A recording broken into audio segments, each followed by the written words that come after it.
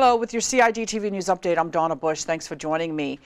Additionally, we have filed fares so that visitors to and from Roatan are able to enjoy even more local travel day options with their stay by utilizing our existing service to nearby the Ceiba on Mondays and Fridays, which has a convenient ferry and air service connections with Roatan. Cayman Airways CEO Mr. Fabian Werns speaking there just before the first Cayman Airways flight took off to Roatan in the Bay Islands of Honduras. Deputy Premier and Minister of Tourism, the Honorable Moses Kirkernel, explained to those in attendance how the airline arrived at this point to begin the direct flight to Roatan.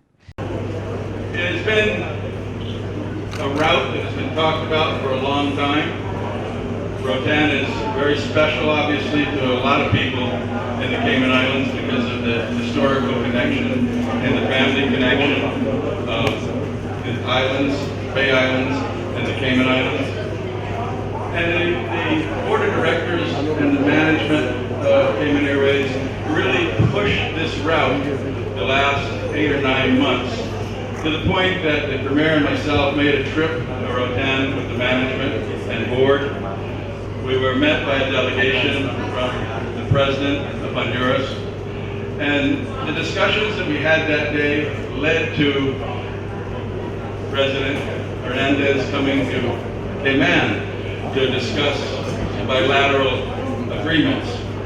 And Cayman Airways played such an essential and important part in all of the discussions and all of the ideas for the country of Honduras. When we realized that the one thing that we had that was so special that Honduras didn't have was the offering of connectivity through a national airline. So I say hats off to all the employees, management, and board of Cayman Airways for how really important you are to this country. The discussion centered around tourism, and we realized that we were very able to have a dual offering, a dual destination offering, which is now being looked at and moved forward by the Department of Tourism. We looked at the shipping lanes and the conversations of what could actually happen. And it evolving now is actually transshipment here at our port by ice. And we're changing some legislation so that we'll be able to leave containers here a little bit longer in the right way.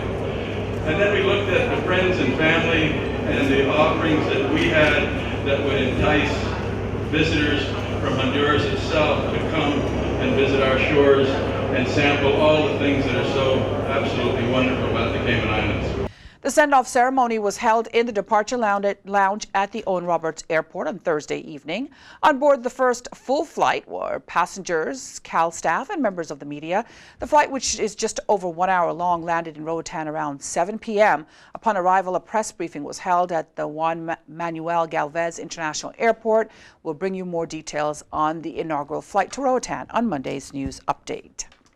Well, while CAL staff prepared for their inaugural flight, the Truman Bodden Sports Complex was filled with hundreds of students, athletes, and spectators from high schools across the Cayman Islands who were competing in the 9th annual interscholastic track and field meet. Male and female athletes were out in full force trying to get their high school to the top. The students ran races, threw the shot put and discus, took long jumps, and much more, all in the effort to do their personal best and to get their school, like I mentioned, to the next level. In the end, John Gray High School came out as the new champs, followed by Clifton Hunter High School in second, and Lehman Scott on the BRAC came in third place. In the small schools division, which is a school with 250 students or less, the champions there are the BRAC's Lehman Scott. Is the BRAC's Lehman Scott High School, rather. Well, if you missed today's news update, you can always get all the details on our Facebook page. That's the Cayman Islands Government, as well as our YouTube channel. For now, I'm Donna Bush, wishing you a wonderful and safe weekend and thanking you for joining me again this week. Until next week, bye-bye for now.